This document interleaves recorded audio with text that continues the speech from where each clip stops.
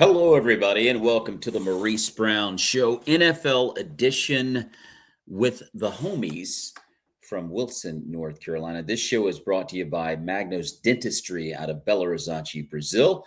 And you are watching the Maurice Brown Show, also kchftv.org out of Albuquerque, New Mexico, and Spotify, and where all major podcasts are heard. You can hear the Maurice Brown Show. We're going to bring out our homie from Wilson, North Carolina, Milton Bynum. What's up, Milt? What's going on, buddy? How you doing, man? Doing good, doing good. We hope to be joined by our other homie, Bill Pender, who is currently at the beach. Says he's going to try to grab his iPad and do a little NFL edition by the ocean. So that'll be cool. That'll add some ambiance to the show. So we were talking about the Super Bowl, and the final scored New England 29-13 over the New England Patriots. Now, I was telling you that I thought the darn thing was boring.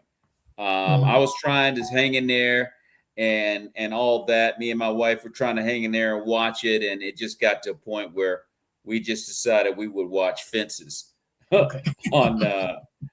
Prime Video. It did get a little bit better, as you said, Milt, but it was, I mean, I was just like, man, I cannot do this any longer. Your opinion of the Super Bowl 60? It to me it was a strategic game. I mean, it's about everybody trying to figure each other out and stuff like that. I know what people used to seeing, but like I say, it's a Super Bowl. You got every move counts, man. Like playing chess, every move counts, and and you got no room for too many slip-ups and stuff like that. So everybody trying to figure each other out and see what works for this, what works for that. And like I say, so it was a strategy move. I mean, a strategy game in the first half, but second half, man, it started loosening up a little bit and stuff like that. I guarantee they had 2 more quarters, man. It's been dynamic for y'all, but I know what people used to seeing, and so I understand, dynamic of it. But it was a strategy game. Everybody trying to figure each other out. But overall, a lot of people were gushing about Seattle's defense, and they have a great defense. I mean, they were the number one defense in the NFL. There's no question about that. But then you start throwing names like the '85 Bears and the 2000 Ravens, and I kind of like hesitate at going that far with it. But my question to you is: was this more about Seattle's defense or the lack of New England being able to generate an offense? It was more about, to me, it was more a little bit about their defense, because they were getting certain things. It's just the fact is, couple passes were like in people's hands and bounced off. So he it's like 30% of his passes got missed, and then some stuff was rushed. But overall, I think it was a defensive game. Now, I got to get, like I said, they were the number one defense in the NFL, and they played great. But you know who else played great? New England's defense. Yeah, they did. And the first part of that game, it was a defensive struggle. I mean, Seattle's having to settle for field goals. They can't punch it in. New England had a great bend but don't break defense. But they weren't supported by the offense at all. And I'm watching Drake May get back there, and the poor kid didn't have a chance. I mean, they couldn't establish a running game. I thought they were very they were not creative at all on offense. I know. What are your thoughts on that, Bill? I think the fact is, with New England was when it comes to the point about the defensive part, they both played good, but to me, I think New England defense will focus on most of the wide receivers because they were dynamic. That's what I think, mostly. And they kind of shut that down a little bit, but they forgot about the run. They were kind of killed them. The run kind of got them because when they couldn't move the ball too much on throwing, the run got them over the hump because they rushed almost 200 yards. As a team. Yeah, they were on 200 yards. So the run kind of got them over the hump with that part. So the defense played good for, I believe they got thrown off with the throwing part by the receivers. Because Seattle receivers is dynamic. So they were focused most on that. But the run kind of slowly blend into the conversation. So the run kind of blend in the whole game plan, because think about it, you look at the yards on the ground, they got over 200 yards on the ground. The run saved Seattle, be honest with you. What Drake May should have done, to me personally, was they got the run established to a certain extent, but he should have ran the ball more when the defense played hard like they did, because if he'd have ran the ball more, they'll put more pressure on the defense of Seattle to focus on him, and he could have did a little stream plays here, a little slash here, passes here, and then it could have been more like a defensive game at the end. Like maybe could have won by who got the ball last, won by a field goal to a certain extent, I believe. So that's how I look at it. Well, people forget that that Seattle allowed the Rams to put 27 points on the board. And if you put the Rams offense and the Patriots defense together, they beat Seattle and they exposed Darnold. What do you think of that? Yeah. Darnold took chances because he got comfortable, and the passes that they missed, he threw almost like an interception. The guy could have caught the ball now. It could have. I seen one they could have picked off, but the other three or four that they missed, they had a chance to catch the ball. He just missed it. So Donald was on. I mean, they had a chance to catch the ball. They just missed the ball. They missed the ball. So Donald got rushed a little bit, but he maintained his composure, and he played like he wanted it. He played like he wanted it.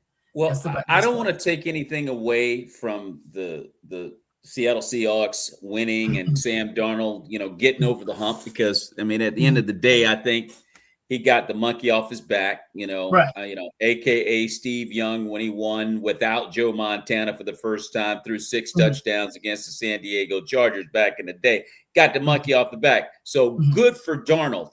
But I just felt like the Patriots defense did everything they could possibly do to put the Patriots at least in a position to have a shot at winning that game. And whenever everything's going well, Sam Darnold didn't have any real worries at any point in the game, because the offensive side for New England wasn't giving anything. Even though they were only getting field goals, it was like, no, there's no pressure. We got this game.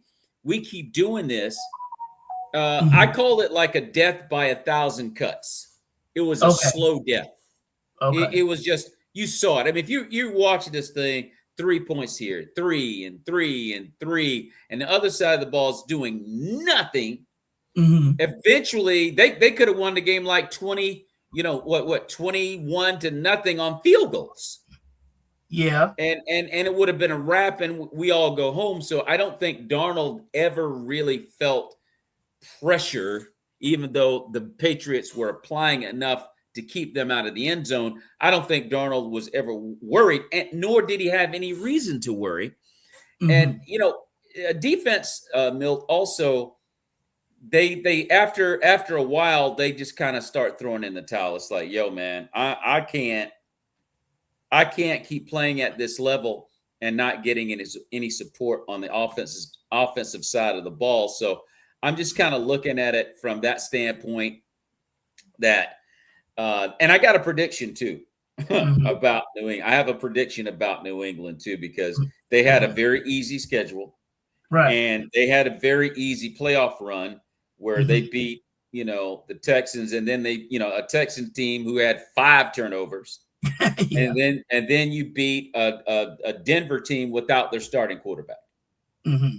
And you barely get by, and then you get in the Super Bowl and you kind of get exposed. I mean, a quality team like Seattle showed everybody, hey, New England's really not all that. I could probably come up with 5 teams right now in the AFC, forget about the NFC, in the AFC that would have played them better than New England did.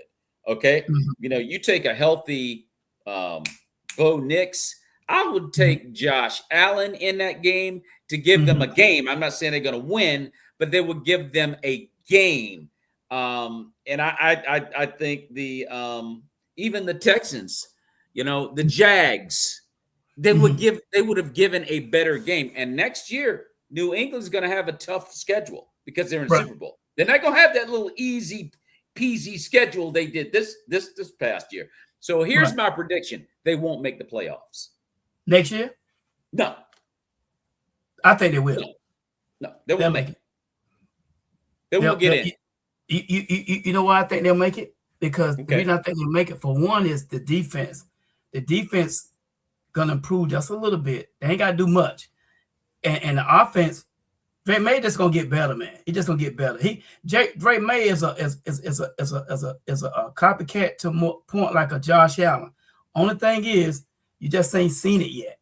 You just seen a little bit of it. Now, what gonna end up happening is the difference between Josh Allen and Drake May is the fact is when Drake May was in when Josh Allen's situation Drake May was in, Buffalo had a defense, but Josh Allen wasn't there yet to jump over the hurdle.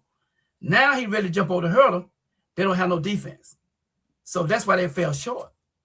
Now it's situation going other foot. New England got a nice defense. Drake May is in the driver's seat, be like Josh Allen. Only difference is their defense is going to get better because they're younger, New England. And Drake May going to get a little bit better. It's all about Drake May. If he keep climbing and doing what he need to do positively, I guarantee you, another 2 years, he'd be like in a situation like a Buffalo quarterback, Josh Allen, and he'll make it happen. He'll lose or win it, but he'll get there. It'll be on him.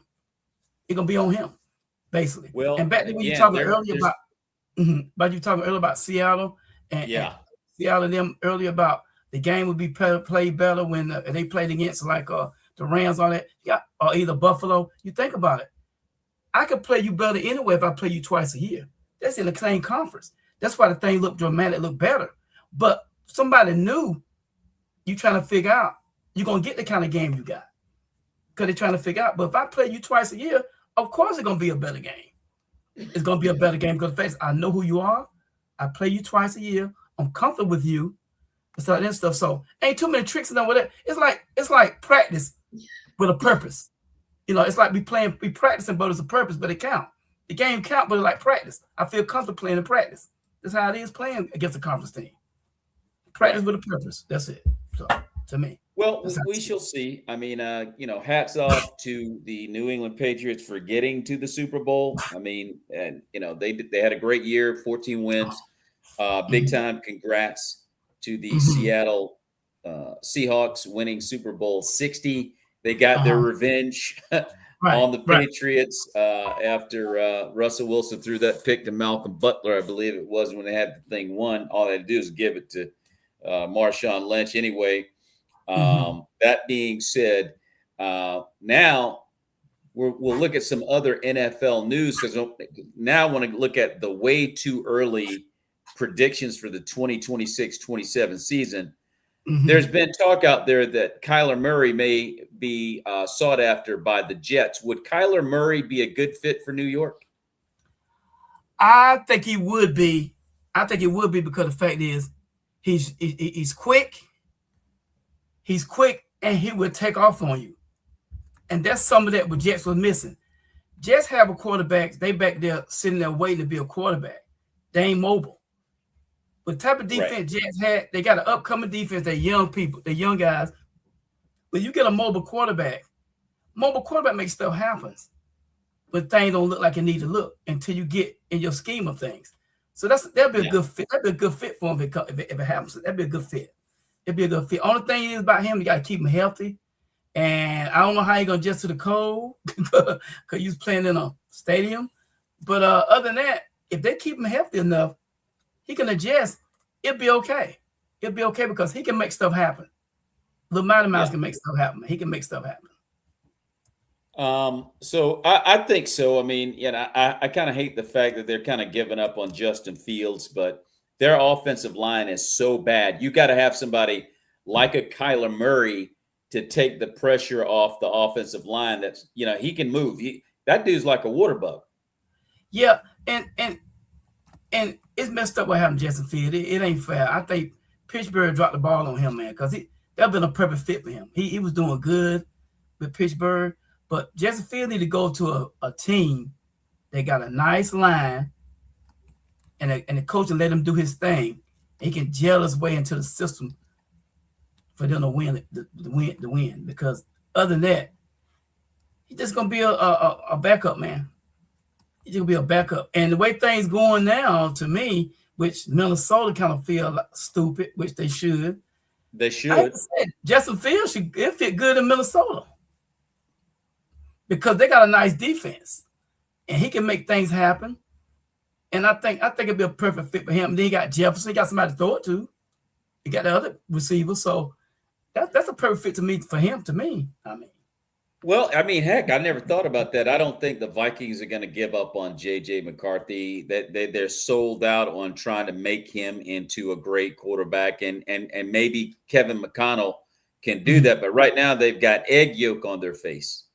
Yeah, because see, it was something came out a couple of days ago about McCarthy. Like they have faith in him, but I don't think his health's gonna allow him to do like they want him to do when they first got him. I think it ain't like he 100% like they want him to be. It's like they're gonna have some kind of issue with him, some kind of form of fashion. So that's why I say what I said, because they might be on the lookout for something else, you know. Yeah. Well, you know, we shall see. I just think that someone. Mm-hmm. I think Kyler. I'm not Kyler, but I think Justin Fields would fit in someone's system, like you said about Pittsburgh. He kind of got railroaded there. There was no reason really to replace him with Russell Wilson at the time that they did. He was doing well enough. I mean, he would have done every bit as well as Russell Wilson did, and he didn't get that opportunity. So as we say that, I want to look at some of the divisions for next year. Would you say this would be accurate for the NFC West? Seahawks, Rams, 49ers, and Cardinals. I'll switch Rams with the 49ers. I think it's Seattle, 49ers, Rams, and the Cardinals. Oh, so you got the 49ers bouncing back. Yeah. You think about it. 49ers was where they need to be at. They were one or two players from being out of it. You know, if Kittle would have got hurt, it might be a little bit different. Okay. Yeah. I mean, they're expecting Fred Warner to come back as well. Okay. Yeah. That's another on the linebacker. Yep. Yep. Yeah. So, he's a flat out beast. I mean, they all tell you that Fred Warner's the best player on their team. Yeah. He's right. He's a beast now. I think you may be right about that, Milt. Maybe the 49ers have lost a little bit of shine because of the injuries. They had a ton of injuries this year and still won 12 games. Came up to the playoffs with a lot of expectations. So, I mean, they were destroyed by the Eagles. I think it was the Eagles that beat them. No, it wasn't the Eagles. It was the Seahawks destroyed them. Right. But next year it could be a different ball game. I think they got that losing vibe coming off of them, the way they were dismissed. I mean, they were dismissed by Seattle. I couldn't believe it. Yep. And then another thing too, Ayuk leaving there too. They getting rid of him. They signed Ayuk for the 49ers for all that money, and he didn't play. So he didn't even play. No. That's right. So they getting rid of him. They're gonna free up some space and stuff like that. So it's like I say, it's all about whoever you like said, the right place at the right time. The man got hurt, a couple players got hurt. When you got a couple players got hurt like the 49ers did, and they win 12 games, all that come from coaching, man. That's coaching. That's good coaching. That's good coaching. That is good coaching. So as we say that, let's look at the NFC East. I've got the Commanders coming back next year and getting their act together.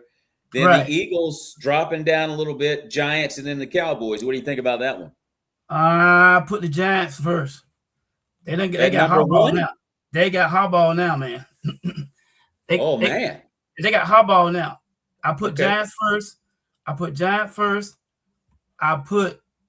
Be honest with you, I'm gonna put Cowboys second, man. I'm gonna put Cowboys second. Oh my I'm gonna put the Commanders third. I'm put Eagles last because I put Commanders third because they ain't got no offense coordinator no more. They got to reboot that. That's one thing. Who did they pick up to replace Kingsbury? I don't know who they got. I forgot who they got. Did they get anybody? I don't know. They got anybody I believe they got a replacement, but I don't recall who it is. Anyway, I put that with that. That's why I put Cowboys. That's why I put Cowboys second, because Cowboys got everybody in place, man. It's all about gelling it and staying in control. They just gave put him on they tagged him, the receiver for Dallas. They tagged the receiver, came out of Pittsburgh. Can't think his name, played good with Lamb. They tagged him. They tagged him. They gave him tags, so they keeping him. Like that stuff. So with that being said, like I said, that's why I put Cowboys second. Giants did good what they had. They schedule went all that easy neither now. Giants like mediocre. Schedule kind of decent. It wasn't that easy, but they did what they had. Now they got somebody that know how to coach coming in there and get more tutelage about stuff. So I put Giants first. I put Cowboys second. Third, the Commanders, because of the fact that they got an offense coordinator problem. And fourth, Eagles, because of the fact that they up and down. They got a lot of diversity over there. And they got a new offense coordinator as well. Yeah. Okay, so I move over to the NFC North, and I got the Bears coming back next year, taking the division again, followed by Green Bay, Detroit, and Minnesota. What do you think?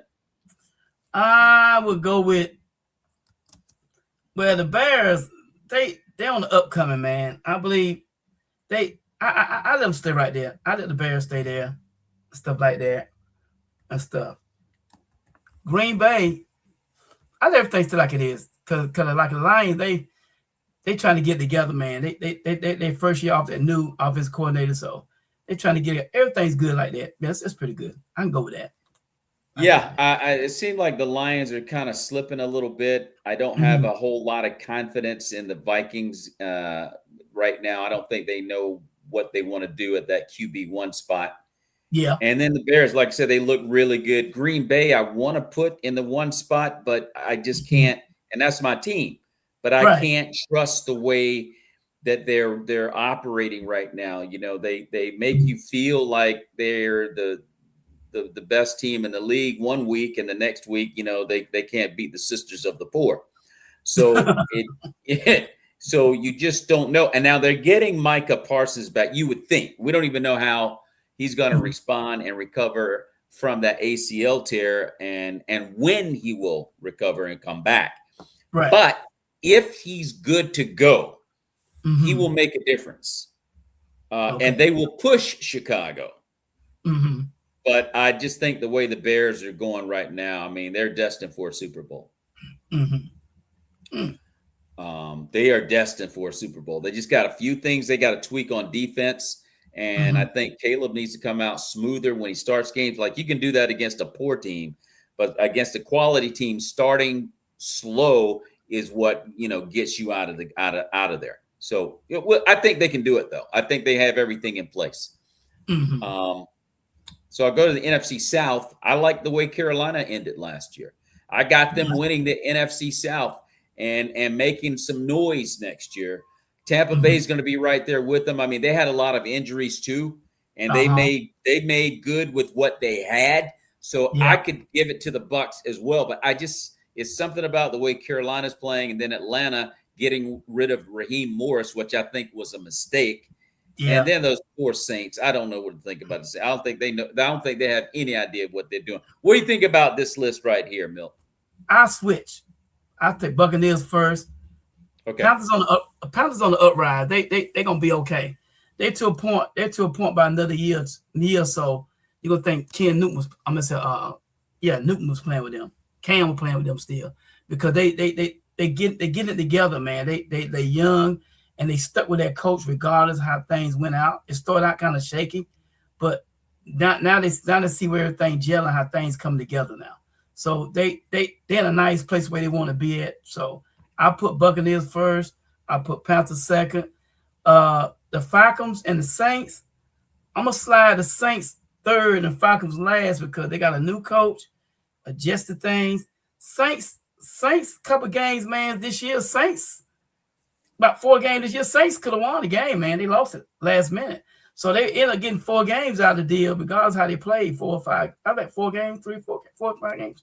But I put the Saints second, third, and Falcons last because Falcons got a new coach. It's all about gelling and all about adjusting to what you got and about learning for where you at. So I'm putting the Saints over the Falcons. Okay, I think that's fair. I mean, dude, the Saints, they don't have any idea what they're doing at their QB1 spot. You know, they had Spencer Rattler at first, and then they had to replace him with a rookie who played better than Spencer. Yeah, he did. Yeah, he did good. I give the rookie that, but he played better than Spencer. But he did. I don't think he's the answer. You know what I mean? And so I look at the Falcons. They do have Kirk Cousins. They do have Michael Penix coming back. They got Bijan. What's that? Cousin gone. Is he gone? They Kirk Cousins a couple days ago. They let him go. Yeah. Oh, Cousin wow. gone. Cousin free agent. Man. Yeah. You know, he might return to Minnesota. You never know. They might end up with the Vikings again. Yeah, he might. He might. But that being said, the Falcons have got a lot of problems. But I like that kid, the running back. What's his name? Bijan Robinson. He's a beast. He's a beast. Yeah. And their defense isn't half bad, but it's a toss-up. I mean, I don't see the Falcons nor the Saints going anywhere.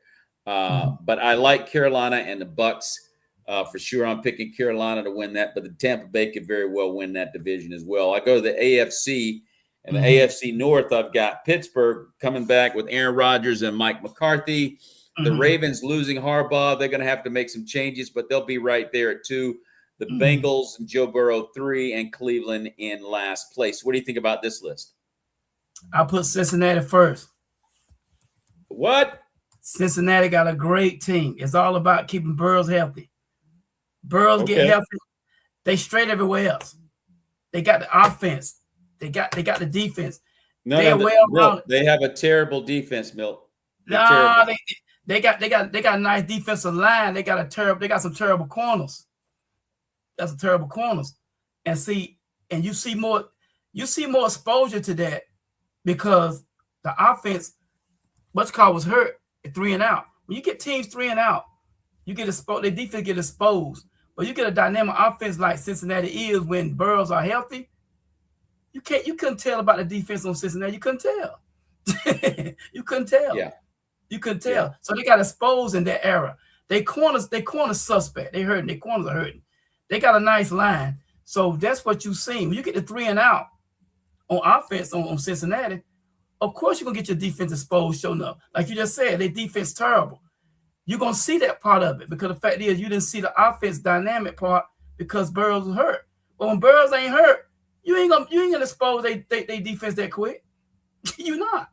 Because they study on the field, they study scoring points. But that 3 and out, that's how you expose them. That's why I put Cincinnati first.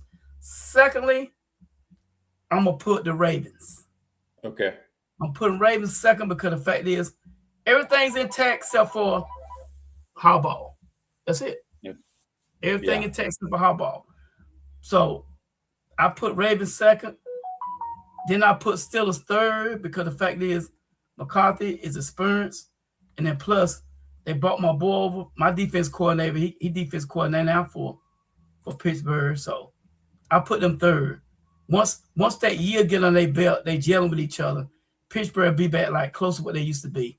It's all about that. And Brown is confused because they got a new coach. He got to figure things out. Only thing Brown got going for them right now, they got a 65% defense. To me, 65-7% defense. Offense suspect, struggling, and I think Sanders, man, Shador really gonna have to. I don't know, man. It's like starting all over again.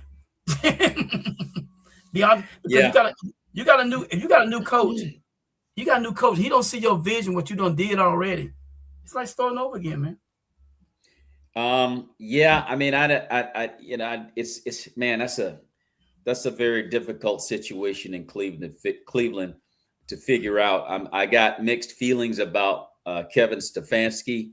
Like the guy's a great play caller. He's got great, vision as an offensive coordinator, but he didn't want Shador.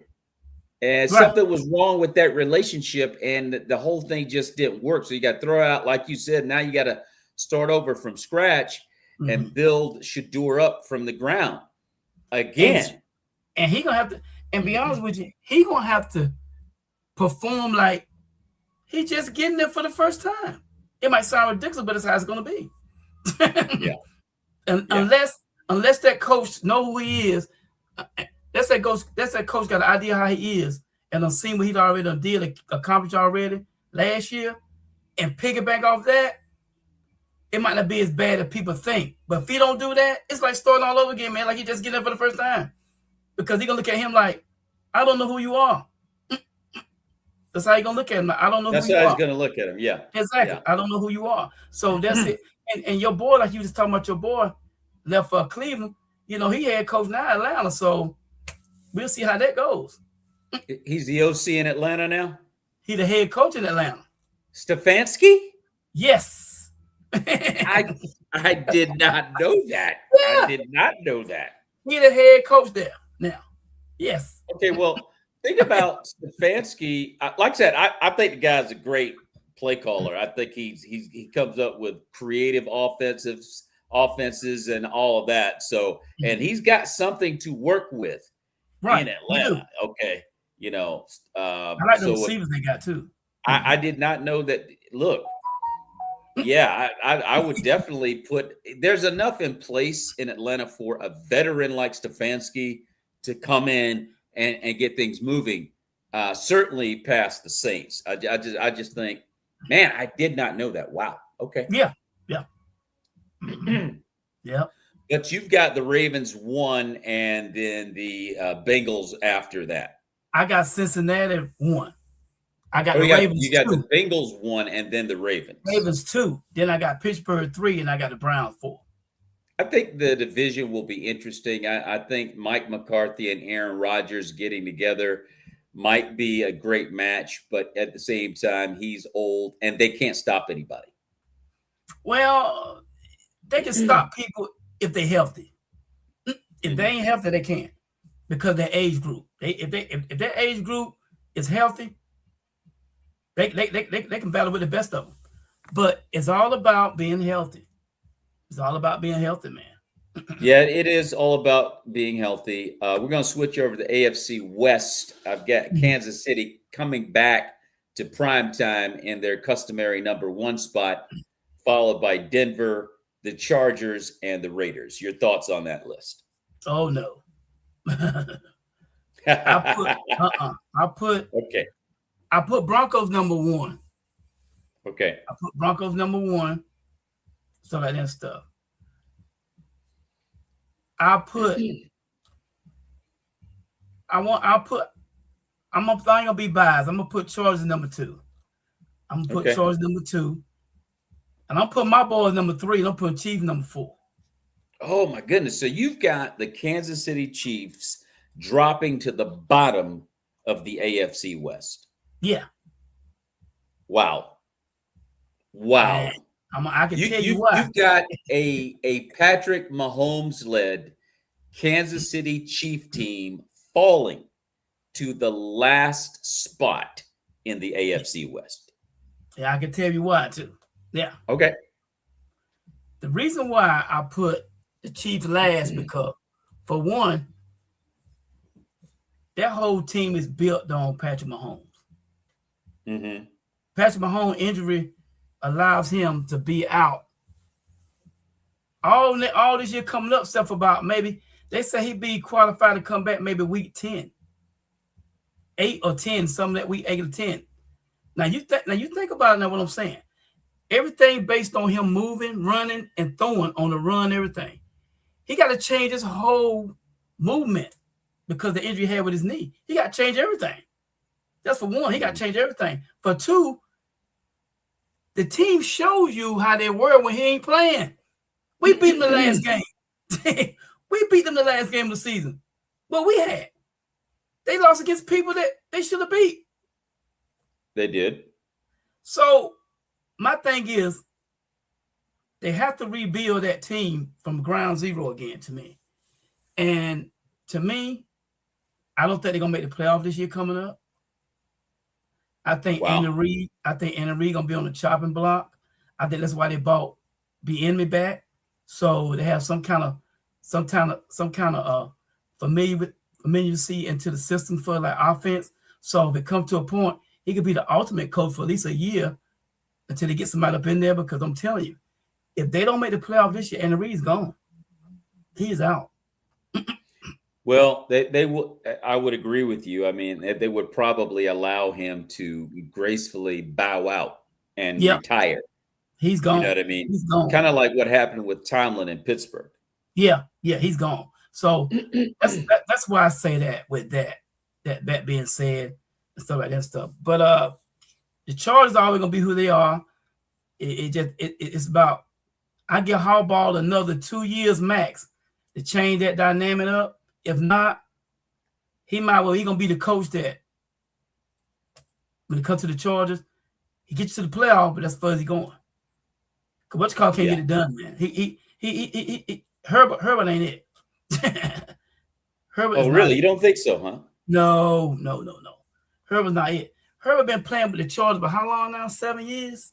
Oh, no, not quite that long. He's probably coming up on his 5th season. No, they just paid him. Think about it now. They just paid him. Him. Yeah, they just paid him. He just got paid. But there with Patrick Mahomes, he got paid. So he on his 7th year, going on 8 this year. Now, he done been with them that long. Herbert been in good situations to go further. But he got that playoff syndrome. When he get in the playoff, he don't play like he should be playing. He don't play good. He plays the same way, like sometimes like what's calling him? Be talking about from Baltimore. Talking about him. When the playoff time comes, they don't play good, man. So he got that syndrome. That's what he got. Once he get over that, you know, that'd be good. But he got that syndrome. So Herbert ain't not an answer, man. I'm sorry, he just not answer to me. So Herbert got drafted in 2020, so he's coming up on his 6th season. You got that 2020? Okay. Yeah. Okay. Yeah. Okay. So he's coming up on his 6th year as the starter. But to your point, he's been starting long enough. Yeah. To do better than what we've seen. Right. You know, that's the thing about Herbert. You know, he looks like Dan Marino. He's John Elway. He's got you know, all of the Hollywood looks and, you know, all that, but he's not lived up to it. No, he hasn't. He put it this way, he lived up to a regular season. Playoff time come, he lose it. Oh, he definitely loses it in the playoffs. But during the regular season, there are times where you kind of go, yo, Justin, what are you doing? But I mean, he plays well enough that you would expect him to do better in the playoffs. Correct. And he has not done that. They've been losing first round every year since they make it. Ever since he making I believe they started making I believe his first year as being an NFL player, they didn't make the playoff. From his second year on, they've been made the playoff every year. They've been knocked out first round every year. Every year. So it's getting. Here's the thing. To your point, Milt, they just gave him an extension. I think, right? They gave him a new contract. I don't know. The 4th year. It's 4th year. He had 1 more year left on his big contract. They gave him that big. That's why I thought it was more than what it was. They gave him like a big contract. They did, yeah. So he in his 2nd year. He was on his his 2nd year on his big contract. Yeah. So that means they're gonna ride or die with Herbert. He got 3 more years to go with them. Yeah, because I mean they invested too much money in him. Exactly. So they're gonna have to ride it out and see what happens. Right now, you know, the only thing you can say, Milt, is on Herbert. I mean, the defense is decent. They had a decent defense. He's got weapons.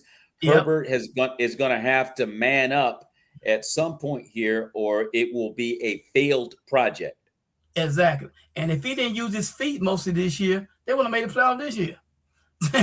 Well, and I'll say this about Herbert, and I'll compare him to Josh Allen a little bit. Yeah, I don't, and it's kind of hard. I'm gonna say this about Herbert because I don't think it's as bad as Josh, but I don't think they read defenses well. Like Herbert looks good, the ball comes out great, and all that stuff, but it went to the wrong place. Like, why did you throw it there? Right.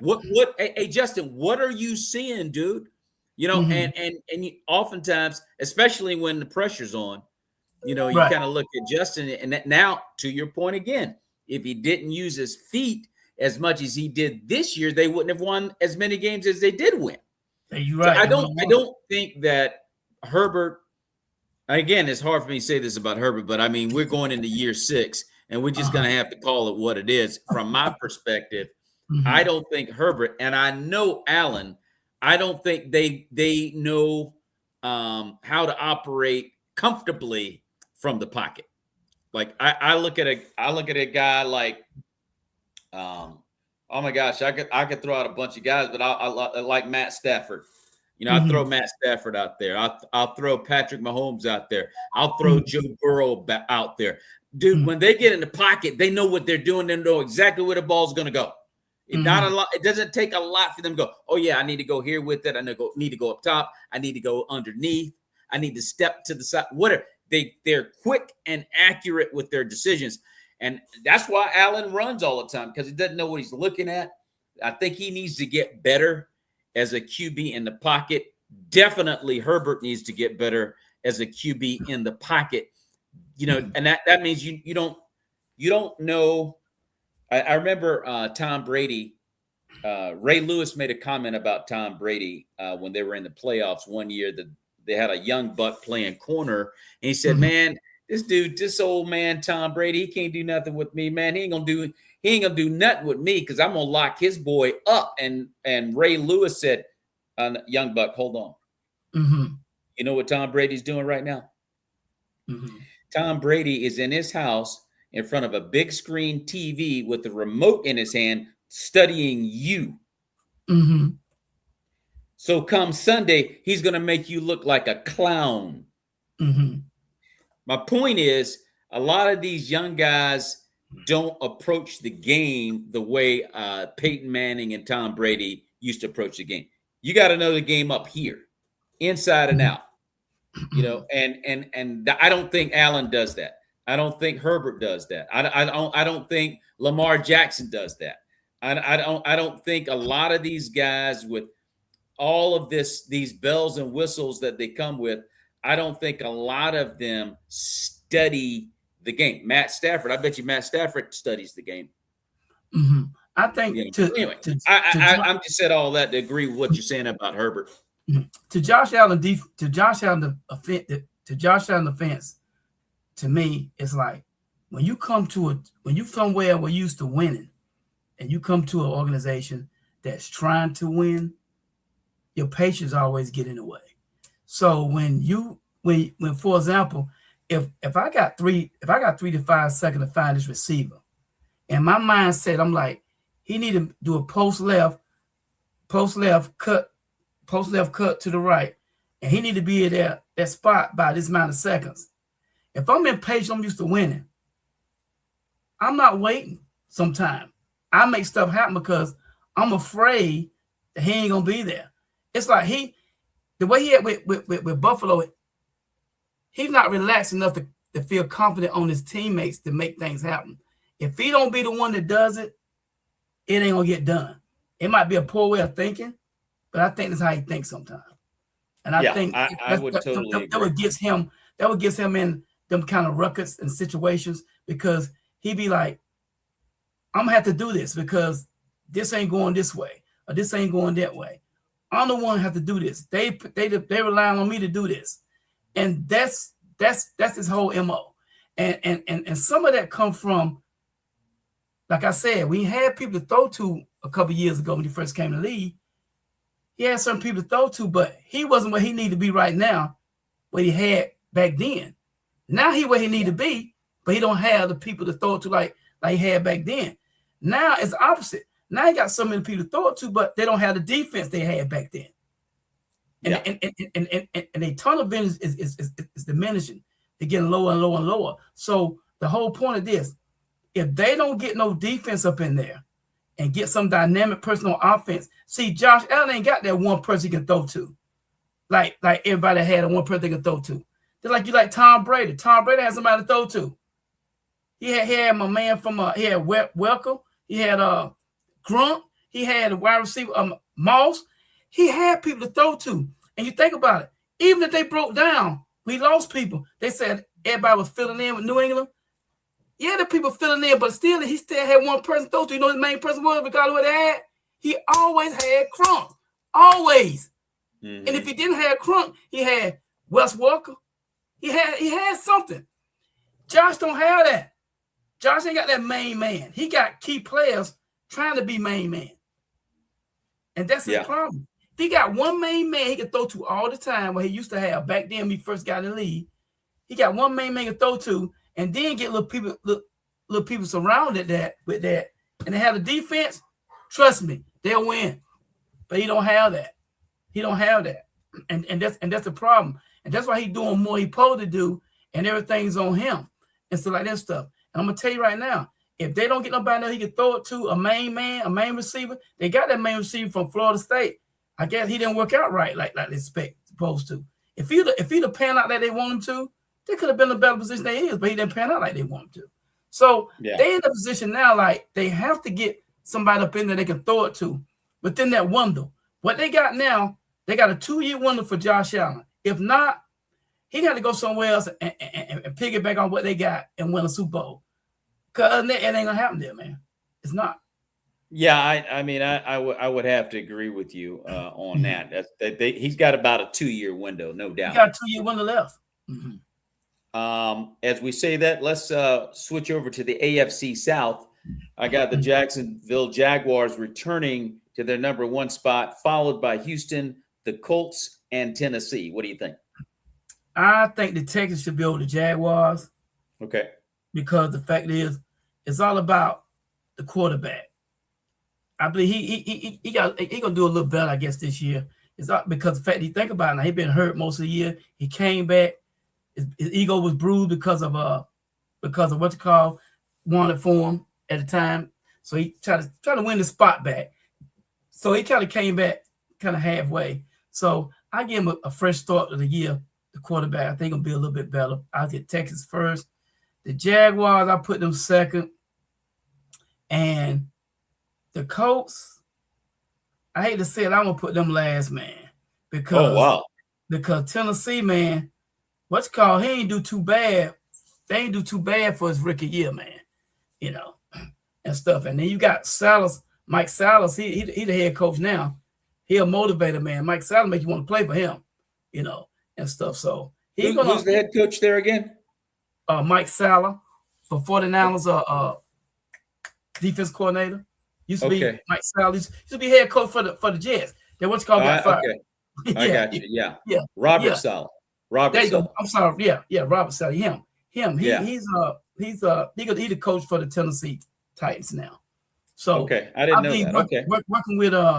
Working with what's called the quarterback left Florida from Miami. I think they're gonna be okay. And Colts got everything in play, man.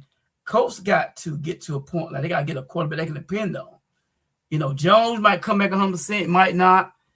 Now, what's called fit good with the Colts too. If they get him, they should take what's called down to the coach. Justin Field be good with the Colts too because they got everything. Who? They got everything. Justin Field be good with the Colts.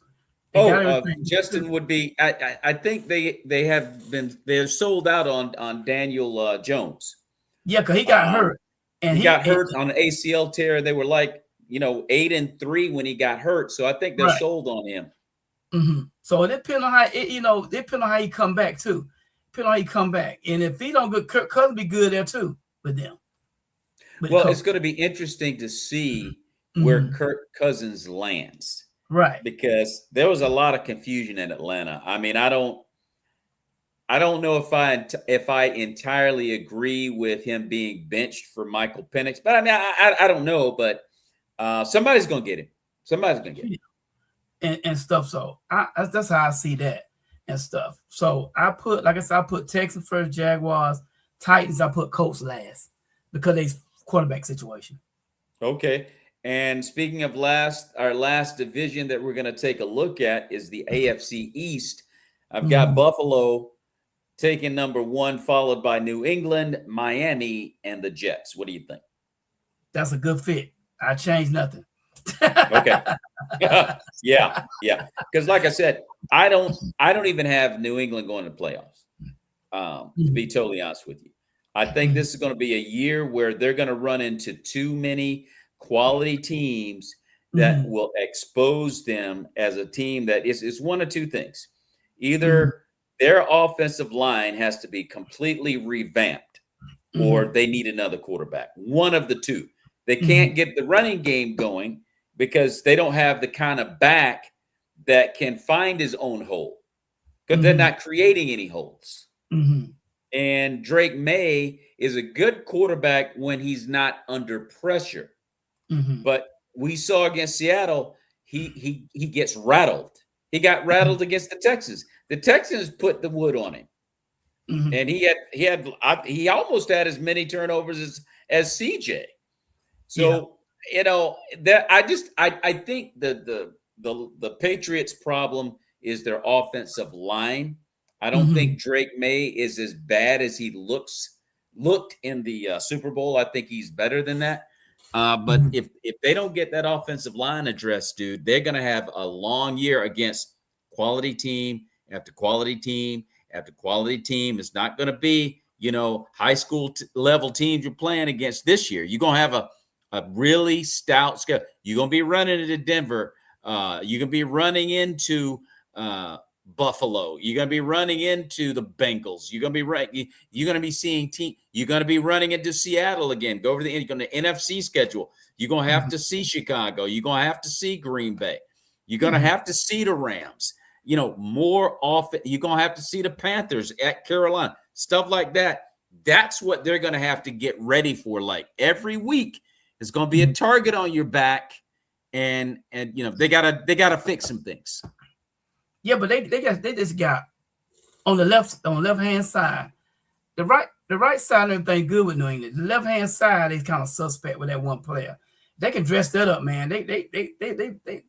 They'll be okay, man, if they don't do a lot of turnover and beat themselves. What they're gonna have to do is get real. I know they love the kid's name is Campbell, something Campbell, right? I know they love the kid, and I know that they love his heart. I mean, heck, he's in the NFL starting. Okay, the guy is to be applauded. However, hey Bill. However, we got to keep it a buck. Yeah, the kid has to be replaced. He can be a backup. He cannot start for me. I don't want him protecting my quarterback's blind side. Not him. So, and Mike Vrabel came out the other day and said, I fully support this young man and I stand behind him and all that stuff. And you're supposed to say those things. I get it. But, back in the coach's office, they got to be looking for a bookend tackle. Yeah, they do. Yeah. That was the problem, and the guard on that side is not great either. So they've got to fix that. I think their running backs are decent, but you got to open up those holes. And Drake May is an all-pro quarterback. You got to protect him though, and he's young, so you don't want him to be seeing ghosts in his head. So they got to fix that. So they got a whole off season to work on it. They could easily be back in the Super Bowl if they fixed a couple of things. I mean, but right now they got work to do. So we'll see what happens. That we're gonna wrap the show up right there. This has been the Maurice Brown Show NFL edition with the homies. We missed one of our homies today, Bill Pender. He's on the beach with his wife, so we forgive you for that, Bill. Enjoy the beach, man. Enjoy the daggone beach, Bill. This show has been This show has been brought to you by MAGNOS Dentistry out of Belo Horizonte, Brazil. Americans travel abroad constantly for cheaper healthcare costs, and so they sponsor our show. Also have a film out called, well, it's not out, but it's in the festival circuit right now called Chance, and they also sponsor that film. You can go and if you ever want to go and get your dental work there, contact Maurice Brown Comedy Hour at gmail.com. From diagnosis to treatment execution, they have treated over 25,000 patients throughout their journey using the best materials available on the national and international market with the care that each case demands. They have a spacious and welcoming environment with modern equipment and a team prepared to assist you. Get to know them a little better. MAGNOS Dentistry, born from a dream, a family with more than 15 dentists and over 35 years of tradition in dentistry, a specialized team ready to assist you. So we're going to get out of here on that note. It's been a great year in the NFL. Hate to see it end. We got a long wait, Bill. We got a long wait. I don't know if you're a baseball guy or not, or basketball. Do you like baseball? Do you watch the MLB? I'm the basketball man. My team is Louisville Cardinals. The Birds. They did a number on North Carolina State. We might have to do an NCAA show coming up here in a couple of weeks because we're getting ready to enter March Madness. So I think we may have to do some NC2A talk. Sound like good to me. Because, man, they put a hurting on North Carolina State Wolfpack last night. Was it the night before? I'm like, oh, my gosh. Mm-hmm. Yep. I was about ready to declare the Wolfpack as one of those teams, and they still may be. But, man, what a hiccup. Louisville is really good. If you look at the ACC right now, you got North Carolina, you got Duke, you got Clemson, you got Virginia, and Louisville. And I think North Carolina State might be in that group. But, man, the way they got beat down the other night, dude, I'm like, wait a minute. Carolina, your boys? Yeah. Y'all lost last night. Well, and I expected that to happen. Let me rephrase that. I was concerned because Miami is a team that's not getting a lot of respect from the polls. They're good. Miami's sitting up there. Look, Milt. Miami's sitting up there at going into last night. They were like 18-5, and they were unranked. North Carolina came in there at 19-4, and they're ranked 11th in the country. And I'm like, wait a minute. No. This could be a trap game right here for Carolina. And they went down there, and sure enough, Miami took care of them. Miami needs to be ranked. Bottom line, let's just be 100. They need to be ranked. But the ACC's got 6 or 7 teams this year, I think, that can make the tournament. What do you think? Yeah, they 18 deep, man. They 18 deep ACC. So it's so deep that they said 3 people not gonna be able to make the ACC tournament. Oh wow, they're so deep. They 18 deep this year. 18. Wait a minute, 18. They don't have that many teams in the league, do they? Yes, they do. 18. They're 18. Oh my gosh, I didn't realize that there were that many teams in the Atlantic Coast Conference. Yeah, they added Stanford. They added California. Well, they added Stanford and Cal, and then we already had Miami and Florida State as additions. And then we got Pitt and Syracuse. We brought them in from the Big East. So that's like, 6 teams. They added Texas Tech too. Oh, no, you mean SMU. Well, I guess SMU, yes, yeah. Yeah, SMU. I forgot about SMU. Yeah. SMU was added. They added them 3. They added them 3. They had 15 now. They added them 3. Now they got 18. So so the conference is deep, and so we got a lot of teams that can make the tournament this year. So anyway, that being said, we got to do an NC2A show. We're getting ready for March Madness, so that's what we'll do in a couple of weeks, Milt. We'll get back together, and I know Bill will definitely have a lot to say about that. Yeah, because y'all go for the same team. Bill Carolina too. Yeah, I love Carolina. And when March Madness hits, I like to see as many teams from the ACC as possible in the big tournament. You know? to represent. So I like seeing. It's too bad we lost Maryland because they're up there doing pretty good in Big Ten, aren't they? They're doing okay up there, right? They're doing okay. That football team is one that should never have gone up there because they're killing the football team. Like, what in the world are y'all doing in the Big Ten? It's the booster, man. The football team. That's why they're there, because the football team. And they're getting killed. Yeah, that's why they're because the football team. But the basketball team, they can hang. They fit in. I miss Maryland being in the ACC. They should still be in the ACC. But anyway, that being said, we're going to get out of here. Milt, great show. Okay, brother. And in a couple of weeks, we're going to come back and we're going to do the NCAA edition with the homies. So stand by for that. And one more thing. What's called, so he like to be up here too, if it's possible. Who? Plum. Let's get him. We got to get Plum a grant. Yeah, he said he want to be. I don't know Bill Mitch to you not, but he said yeah. No, he did. I didn't know that. Yeah, I definitely want Plum. So he want to be up. So yeah. Okay. So we'll get Plum involved, no doubt. Like I said, give me a couple of weeks to get some things together, and we start doing the NCAA show. That'll work, man. Always good, man. Hey, man, all good. Sounds good. Thanks, folks, for hanging out. And until the next time, may the peace of Jesus Christ be with you and the family, everybody. God bless. We'll see you, Milt. All right, you too, brother.